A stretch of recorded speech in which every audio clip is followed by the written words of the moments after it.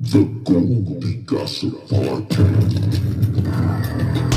Step to the throne.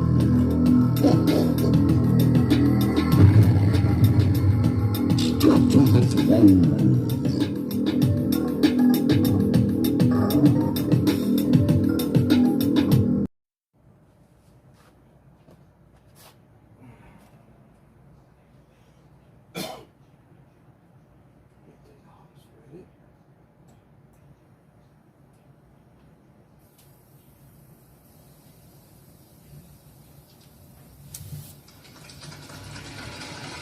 Ladies and gentlemen, welcome to Player of the Year, Goldie Himalaya. Thank you so much. Yeah. And so, all right. Oh, I'm Goldie Himalaya, be your student. Whenever I get to touching you, baby, well, I'm a layer. At any time on my mouth, I'll see you later. Cause I be chillin' like a big refrigerator. Welcome in the house tonight. To another edition of the Goldie Gossip Podcast. Welcome, kings and queens, ladies and gentlemen. Don't you know I got to keep my pimp hand strong? Let's start the show. All the bitches holler for a bone. Kick on my hoes and off my gators. All right, peeps. Let's get right into some Goldie Gossip obituaries. We got a lot of them, guys. I was damn near on the list myself. But let's get started with number one, Tina Turner. That's right, guys. We lost Tina Turner. That was one of the biggest losses of Black history, period, especially Black music. Tina Turner goes back many, many decades, and she gave us many, many wonderful songs, videos, and her transition to grow to be the great artist that she grow to be is wonderful. So rest in peace, Tina Turner. Let's get through the rest of them. We lost Jerry Springer. Yep, love him or hate him, Jerry Springer gave a lot of daytime people who didn't have a job a lot of content. So rest in peace, Jerry Springer. Harry Belafonte. A lot of you youngins wouldn't know who Harry Belafonte is, but you can Google it. Harry Belafonte goes back to the 50s. His daughter, what's her name? He has a daughter, I can't remember her name. But anyways, rest in peace, Harry Belafonte. We lost Robert Blake. Yup, Beretta. I'm gonna get you. I'm gonna nail you. And you can take that to the bank. Yep, that was Robert Blake. Rest in peace, Robert Blake. Gordon Lightfoot. Now, Gordon Lightfoot was a producer, a writer, and a musician from all the way back in the 50s. A lot of you guys who don't know about rock and roll wouldn't know Gordon Lightfoot, but big respect to Gordon Lightfoot. Thank you for all of the things that you gave us, and rest in peace. Anita Pointer of the Pointer Sisters. Yep, I think that was their oldest sister. She passed away. Rest in peace, Anita Pointer. And your family have my condolences. The rest of the living Pointer Sisters. Okay, Barbara Walters. That's right. We lost Barbara Walters. She's an icon. She has interviewed everybody in the business as far as journalism. She's done all of the classic interviews. So rest in peace, Barbara Walters. Next is Raquel Welch. Raquel Welch, man, we had posters of her when we were young, when we were teenagers, up on our walls because she was a sex symbol. Rest in peace, Raquel Welch. Comedian Richard Belzer. Yep, because he was you can Google Richard Belzer. He was a stand-up comedian in the 70s, 80s. Later on, he got a role, I think, in Law and Order or something like that. But anyways, rest in peace, Richard Belzer. and Larry Gator Rivers. Larry Gator Rivers was one of the Globetrotters. The Harlem Globetrotters is a black basketball team that traveled all over the world doing all kind of fantastic tricks with the ball and shots with the ball and interacting with the audience and the kids. And the Globetrotters is just a global phenomenon, especially for us black people and for the sports community. So rest in peace, Larry Gator Rivers. Now, Jamie Foxx has been sick. For a while, it looked bad, but I want to tell you, it seems like he's made a good turnaround. A lot of the things about he was close to death was a lie.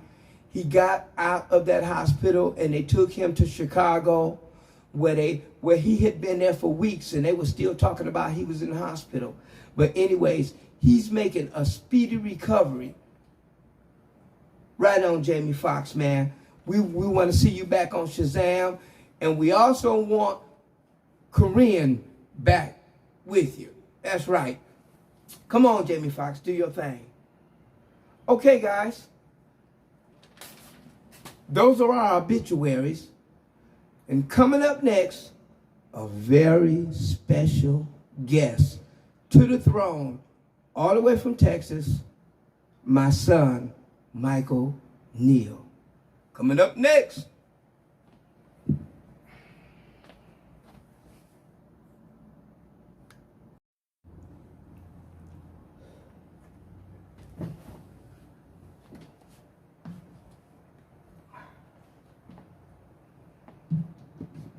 All right, guys. Welcome to the throne, a very, very special guest, all the way from Conroe, Texas. My son, my oldest son, Michael Neal. That's right. We'll add the applause later. Thank you so much. Yeah. Thanks for coming to see me, son. Yeah. Hey, listen to me. Last time I saw this guy, he was a teenager. And now he's grown. So you can imagine the amount of time I've lost and how happy I am to be here with my boy. And I'm kind of disappointed because I didn't get a chance to do all of the things that I wanted to do because I've been really, really sick. But nevertheless, we had to muster up some good times. And welcome to LA, son. Thanks, Dad. Yeah, it's good to be here.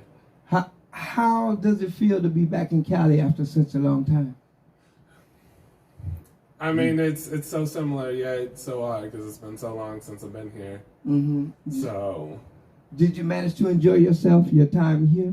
Oh, yeah, for sure, yeah. Yeah, I know we didn't do as much as I planned. We wanted to go to Big Bear, but I've been so ill we weren't able to make it up, but we did some alternative plans. We're going to show you that at the end of the show. But, okay, son, we want to get into some Q&A, questions and answers. All right. We're going to reminisce on some of the times. Some of these I know you will remember, some you won't. All right. But after I tell you about it, I want you to tell me what you thought about it, okay? All right. All right. First on the list is the pig lady story. All right, so let me give you the backstory. We used to go camping at Lake Piru up to 126 in Ventura. And we used to camp for 2 or 3 days. And we had a big campfire. We had s'mores. My favorite drink was White Russians. I would be drinking those White Russians. And we had a 13-inch TV in the tent with a VCR player and a shitload of movies on VHS tape. And we'd be watching Terminator 2 in the middle of the night. Yeah. And yeah, we used to sit at the campfire. And I used to tell, when Jeremy was little, I have another son, Jeremy, just a few years younger than him.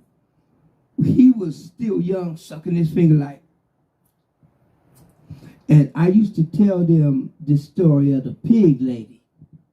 And the pig lady was about a story where we'd be sitting by the campfire on a night like this.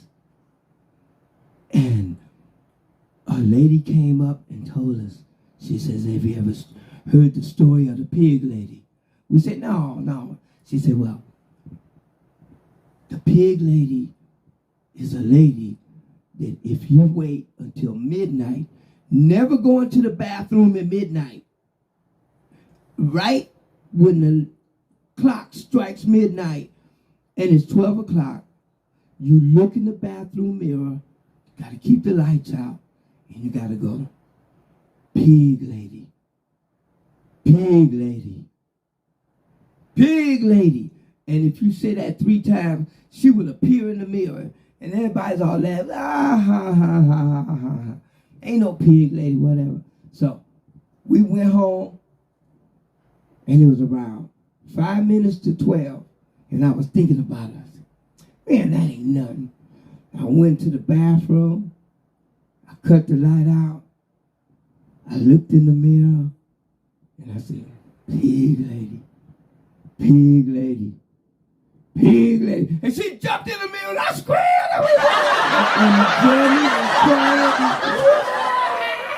And he was crying, man. I love that. Now, tell me what you remember about that pig lady story. I mean, we told it on every camping story, for sure. Mm-hmm. I feel like it lives very distantly in my head, but I think it definitely contributed to me and my love of horror movies. Okay, let me ask you this. What happened after the second time? Because we went every year, right? We go the first year, the second year, the third year, and every year, y'all would get older, right? Yeah. So tell us what happened after the third time of the pig lady story. Oh, I have no idea. Probably a lot of uninterest. Laughing at me, Dad. Jeremy was still sucking his fingers, but he had heard it so many times. He like, yeah, the pig lady wore out, but it don't matter. Every time we went camping, I still had to tell the pig lady story.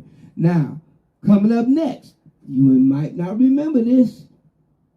Do you remember Bubba? Was that dude that we went on his boat and had that face? Yeah, don't waste the story. Yeah. Uh-oh, yeah. That's it. All right. I vaguely remember him as well. This is another year. We're camping. Me, Michael, and Jeremy. We got our campsite set up, and we got a bunch of really nice white people. They were rednecks, but I don't care. I loved them because they were nice to us. They were at the top of the hill, and we were at the bottom. And this big fat dude named Bubba, he had his shirt off, and he climbed this tree all the way up, just like with his bare hands, so he could put the tarp up over their camp. And after he got the top up, he slid down, and all of the skin was off of his chest. And I looked at him, and I decided I would break the ice. I said, Bubba, you look like you need a beer. And he said, you got a beer for me? I said, yeah, Bubba, I got a beer. I got 2 beers for you. He said, well, you're a good man. You're a good man. I got him a couple of beers, and we had broke the ice. And so later on that afternoon, me, Michael, and Jeremy went to the store. They have a store that sits out on the lake, the Piru Lake. And you have to walk out to the boardwalk and get into the store. And when you're in the store is moving like this. But it's real cool. You could buy fishing tackle, firewood, beer, anything. And so we were down there getting some more stuff for the camp. And Bubba was in there. And I walked up to Bubba. I said, Bubba, you want a beer? He said, would you buy me another beer? I say, Bubba, I'll buy you a 6-pack. I bought Bubba a 6-pack Budweiser. And when we were leaving, going back to camp, he said, you guys want to get in the boat and float with us? And we ain't had, we don't know nobody with a boat. We said, oh, yeah. So he gave me, Michael, and Jeremy life jackets, and we jumped on his boat, and we were going down. And he had other children with him as well, a bunch of kids on the boat.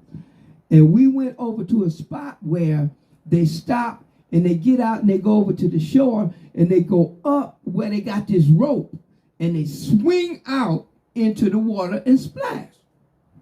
Now, in order to get over there, you got to swim. I can't swim. So I had to stay on the boat. But my sons, Michael and Chad and Jeremy, they swim like fish.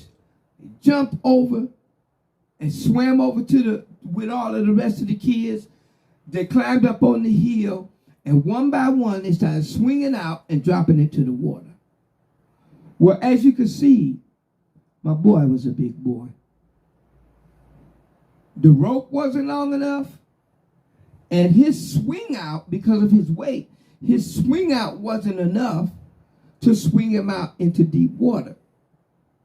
I'm watching from the boat, drinking a beer, and Michael swung out from that thing and abruptly dropped straight down to the ground. He barely made the water, all right? Basically, he landed on the ground. And man, it killed me because I can't swim. If I could swim, I would have jumped over and at least tried to help my son. But as you can see, he's so big and strong, he just shook it off and walked it off. And I say, Bubba, I think we need to go back to the camp. He said, I'm so sorry about that, son. I'm really sorry about that. I said, Bubba, don't worry about it. He seems to be okay. And we went back to the campsite. You remember that? I do remember that. That was one of the hardest hits I ever took because you're expecting a swing, a nice land. And you were high up in the air, too. Yeah, that was just, like, there was water, but it didn't do anything. It didn't do nothing, nigga. It didn't catch nothing. Nothing. You hit the ground, basically. Hard. I thought I was going to have to take you to the hospital, but Nah, it's all right. I guess you took it, man. Okay. All right. And you told me about this last night, and I forgot about it. You remember Mr. Ranger? Yeah, Mr. Ranger. Okay, here it is, guys. We're at Pyru, and we're camping. And at 10 o'clock, you're supposed to bring your fire down to a minimum, cut down your music to where you're not disturbing other neighbors, and just, mellow out. It's mellow out time after 10. But me and Michael, Chad, and Jeremy have been collecting so much firewood. We was burning firewood till 2 o'clock in the morning. The kids was drunk off of s'mores. I was drunk off of White Russians. We all smelled like firewood. Yeah. And we was just having a good time. And this ranger, dude, it was like a genie. He popped out of the bushes from nowhere. We were sitting there poking with the fire. He jumped out and jumped in our faces. Say it, son. You guys should know the rules. You guys should know the rules. The fire should be low.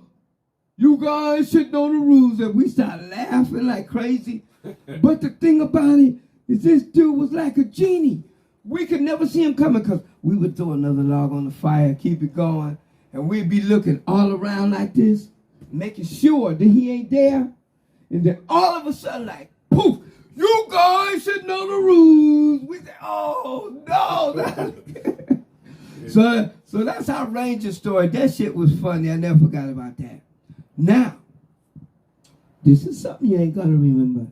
Remember when we were at Pyru and it was nighttime and we went down to the beach and we seen this big-ass movie set. It was like a ship, but it was a facade. It wasn't a real ship. But when you look at it from the beach, it looked like a ship. And we were saying, they shoot something cool. What are they shooting? And me, you, and Jeremy couldn't figure it out. But like a month later, we went to the movies and we saw The Wild Wild West with Will Smith. Now, when the dude, what's that dude who didn't have no legs? He was like the mean dude. Okay, he was on his ship, and it was at nighttime. And in the movies, it looked like a real ship, and he was there, and Will Smith and who else was with Will Smith? The white dude, I can't remember. Yeah, I don't know. But I know who you're talking Colin about. Farrell or somebody. Somebody. Yeah, but anyways,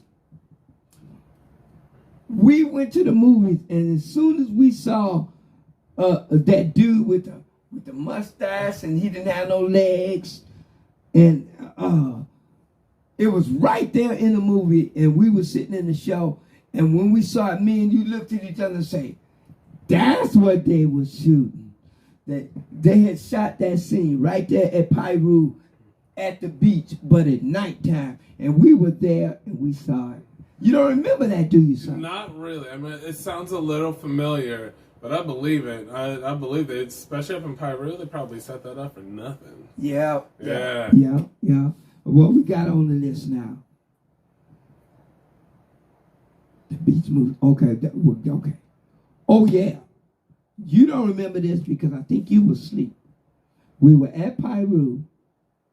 We had been watching Terminator 2 in our tent on a 13-inch color TV till we had passed out. In the middle of the night, I had to piss. And instead of going outside the tent to the nearest tree, no, I take that back. I had to boop. And it was bad.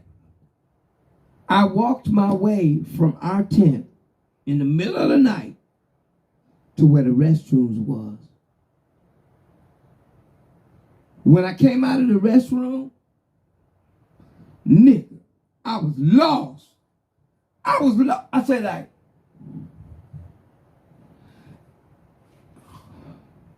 I was looking. I said, okay, it's that way.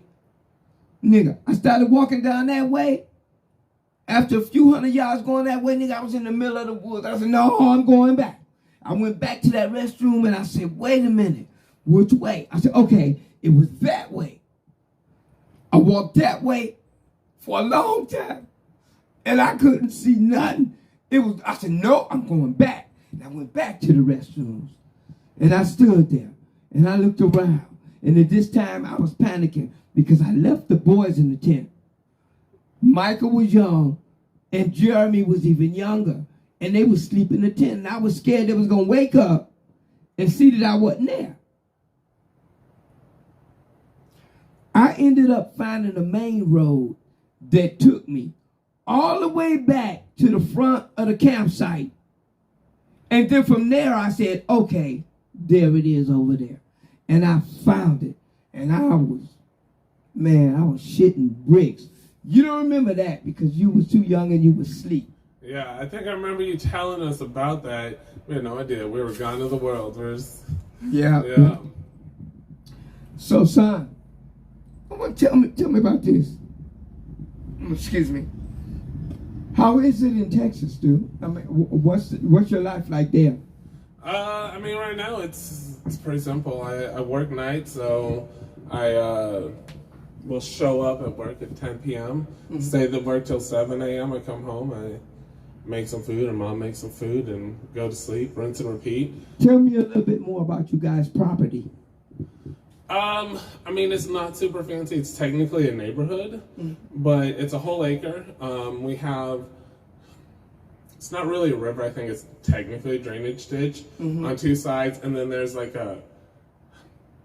I think it's a utility corridor, so like you'll see it and it has like big power lines, but it's like a big open way. That's the back of our property, and then the front is like a road that turns and goes down to the end of it. So, and we're at the back of the area.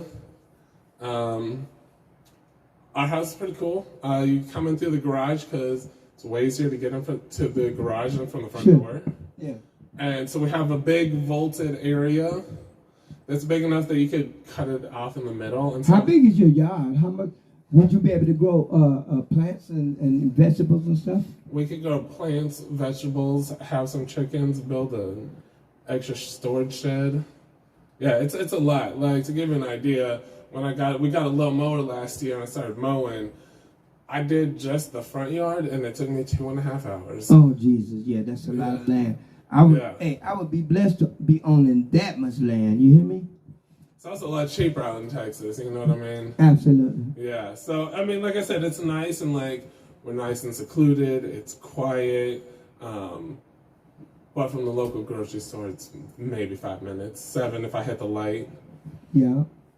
So, I mean, like I said, I like it, and it's in a good area. It's kind of in between everything I go to. My friends, 15 minutes one way, works about 20 minutes the other way. So do you have an automobile? We all share the Jeep, so since I'm driving at night, I get to use it, and then when I come home, it's usually a few hours later. Jeremy's going to work, and he comes back just in time. Does your mom need the transportation as well? From time to time to go to various appointments, but she'll plan it between Jeremy going to work and after me getting home, so usually sometime in the morning. Yeah. All right, son, thank you so much for coming down after all of these years to see your pops. Yeah, got the monies together and everything, so I mean, shoot, week off of work, I'll take it.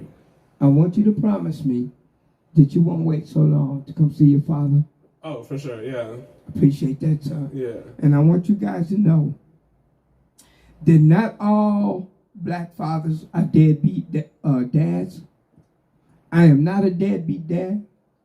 In spite of all of the bullshit, I've been in my boys' corner from the time that I knew they were mine all the way until now. It don't matter that they grown, they're still my boys. And I want to thank you so much, son, for coming to see your pops. I don't want to get emotional, but thank you. Yeah, absolutely. Okay, guys, coming up next, I'm going to show you some excerpts of what we did while he was here. And we'll be closing that out with a music video. Goldie Himalaya, y'all.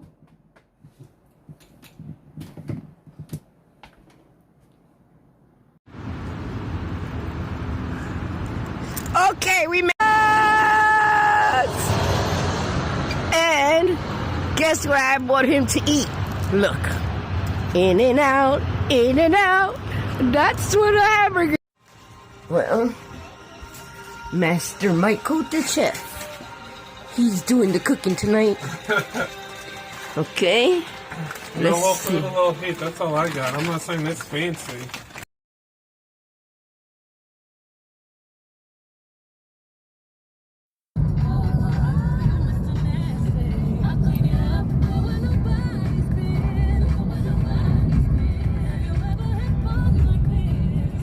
We're on our way to the drive-in. Say hi, Michael. Hey. Hey.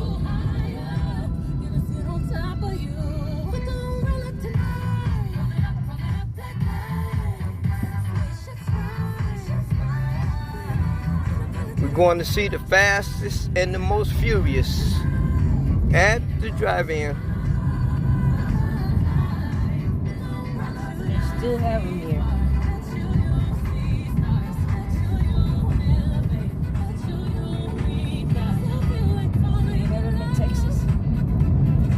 I think there's one left that's within a reasonable drive distance. We're here at the movies with Michael. Okay, and there he is. Goldie, What about me? there you are. There we go. We'll kick back. Here's the studio. I ain't cranked it up yet. I'm going to try to pull this podcast off before he leaves. He is leaving tomorrow. Back to Texas.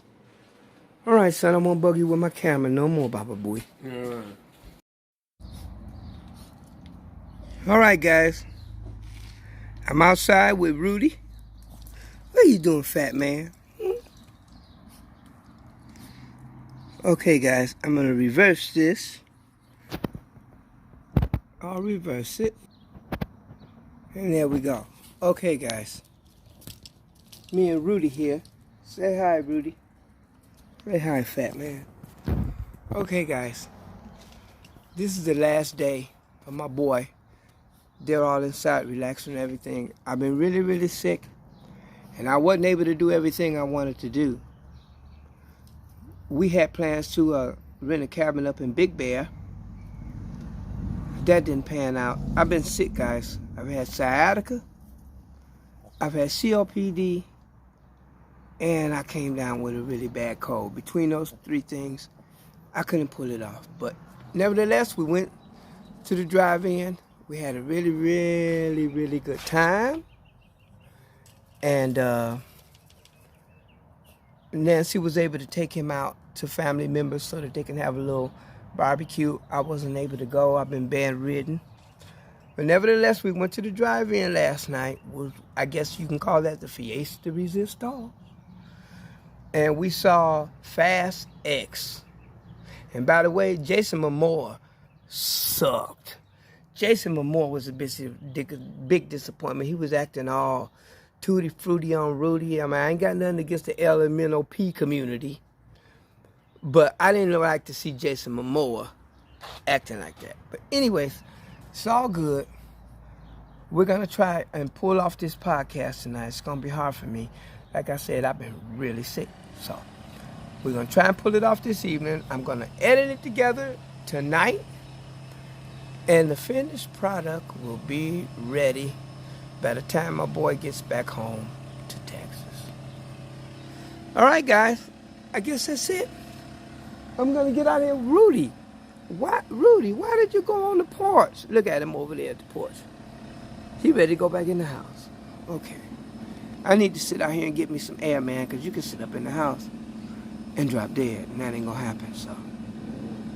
The sun is not out, as you can see. It's all overcasty. Everything's overcast. But it's not too cold. I'm just getting a little fresh air. Here, let me take you. Since I'm here and I can walk on my leg right now,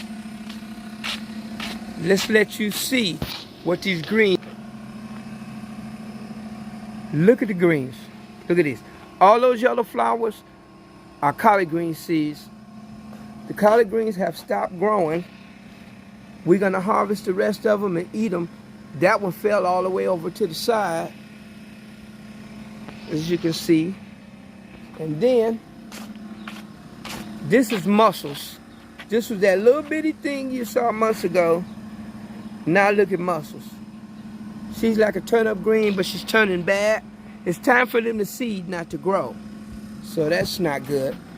They'll start growing when it gets cold again. That's Mussel's companion. We got these. Now, I'm not eating these. These look a little strange. That looks a little strange. I'm not going to eat that. These have grown. No more leaves, only flowers, which turn into seeds. You could do this. You could grab one like this, and if you squeeze it in the back, like this, you can feel the seed in it. And that'll pop up. And the tomatoes are doing great. Here's a tomato. Look at this. I got one tomato. Look at that fat sucker there. I got one tomato. And it's still little. So, I got some peppers. The peppers are starting to grow. That's one. Here's one. Here's one. It's not pepper season. They won't start growing until the summertime. Okay, let's flip. That's it, guys. Let's go to Himalaya. Enjoy the podcast. Go to Himalaya, y'all. Back up a little bit. Is it rolling? It's rolling. Yes, sir. Thank you for coming to see us. I love you, Dad. I love you too, sir. Promise me you'll come back soon. I'll come back as soon as I can. Okay, this is one of the hardest things I've ever had to do. I love you, son. Hurry up and get it over with so I don't have to act a fool. I'll take that, please.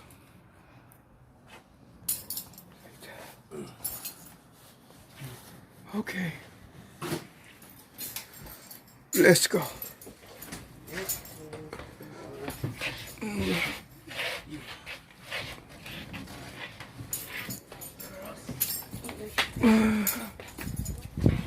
You be careful driving, Nancy. I will, honey. I'll call you when I get there. Okay. But I'm on my way back.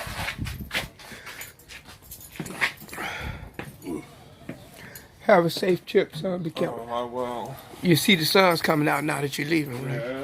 Yeah. Yep. Michael's going home in the sun. And the sun. Look at this. Do you get that? You might have to stand up on the I don't stairs. have to. I can just take a screenshot from the video. Okay, honey. All right, son. Bye, Dad. Love you. I love you too. Be careful. Drive safe.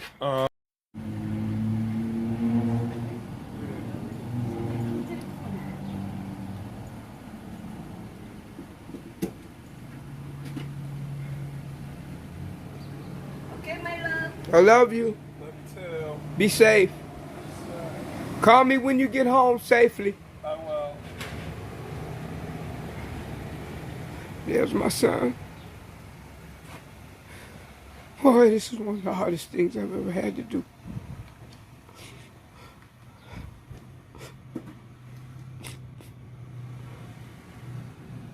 Bye, son.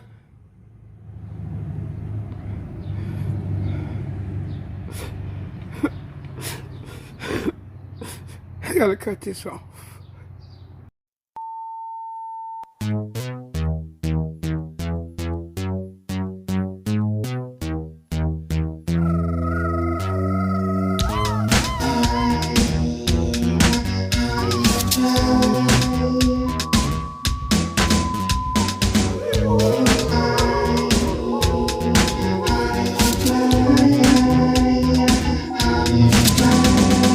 Saturday night, Hollywood the Flyland. We gon' party Hollywood and Highland. Take you out dancing at a couple of clubs. Buy food, buy drinks, spend a couple of dubs. Rolling down Hollywood in my limousine. Make sure both come so we can be seen. Cameras popping up in my face and they got me. We surrounded by the paparazzi. Maybe on TMZ tonight. That's how it is in Hollywood, right? Sunset strip, we trip, we cruise. Valet parking at the House of Blues. Up in the hills where the wind blows. You can see the Hollywood sign from my window. I can take 30, and I should, but I'ma take you to Hollywood. Hollywood, Hollywood, baby. Whoa, whoa, whoa,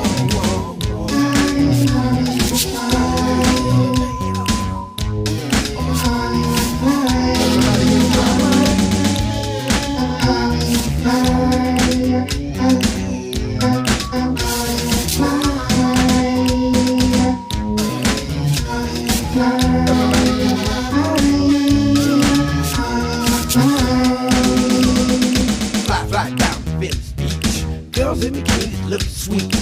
I take a ride up the coast of Malibu. Lying on the beach and I'll be kissing you. Everybody knows I'm a Hollywood guy. Everybody knows I'm Hollywood fly. I got swag, ain't no lie. All in it is that I'm a hell of a guy. She may be a runaway, may be a hooker. All I know is she's a good looker. I pick her up, kick her out, have a good time. At the end of the night, that punani be all mine. So spend a couple of bucks and you be having some luck. I can take you to the crib, show you how I live. I could take you to Menage and I should, but I'ma take you to Hollywood. Hollywood fly. Everybody can fly like me. Go to Himalaya. Hollywood, California, tweet, text to phone ya. Then I'm gonna be right up on ya. We in the entertainment capital of the world. You know I think you a real fine girl. Shorty wanna show you a real fine world. Shorty wanna buy you diamonds and pearls. Shorty, I can put you really took a pearl. You can really, really rock my world. Now I'm busy as a bee. All the girls looking at me, trying to see who I be, who's the cheat. All the haters mad, they ain't doing better than me. Sunday Monica, Third Street Promenade. We be holding hands and I'm digging you hard. I stay home and I should. Hollywood. Hollywood.